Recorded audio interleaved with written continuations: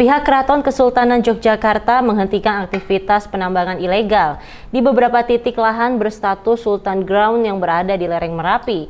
Penghentian ini dilakukan setelah aktivitas penambangan ini dinilai ilegal karena melanggar aturan dan tanpa izin keraton sebagai pemilik lahan. Keraton Kesultanan Yogyakarta mengeluarkan maklumat yang menutup aktivitas penambangan pasir dan batu ilegal.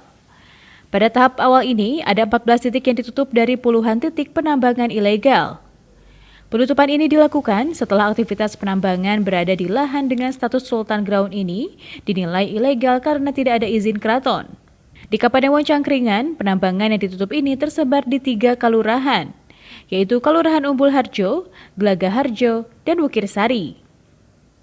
Menurut Suyanto, PLT Panewu Kapanewon Cangkringan, penutupan ini dilakukan karena aktivitas penambangan selain tidak punya izin, tetapi juga menyalahi peruntukan dari pemanfaatan lahan, yaitu untuk kegiatan penambangan yang bersifat komersial dan merusak lingkungan.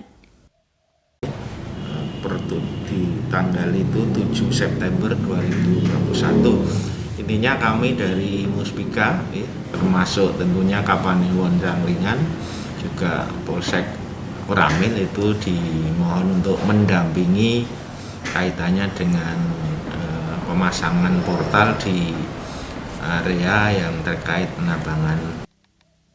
Di tempat terpisah, pemerintah Kelurahan Kapuharjo sebagai salah satu wilayah yang bebas dari penambangan ilegal, selama ini terus melakukan antisipasi agar pemanfaatan yang salah atas Sultan Ground bisa dihindari. Pihak kelurahan terus melakukan pendataan, pemetaan, dan monitoring atas pemanfaatan tanah. Cara ini terbukti berhasil mencegah keberadaan penambangan ilegal di wilayah Kapuharjo.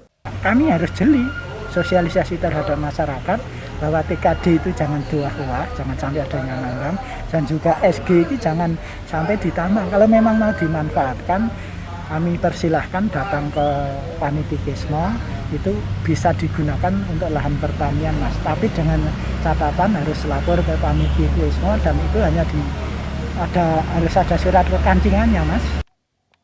Dalam penutupan di 14 titik ini, pihak keraton memasang portal disertai jenis pelanggaran yang dilakukan.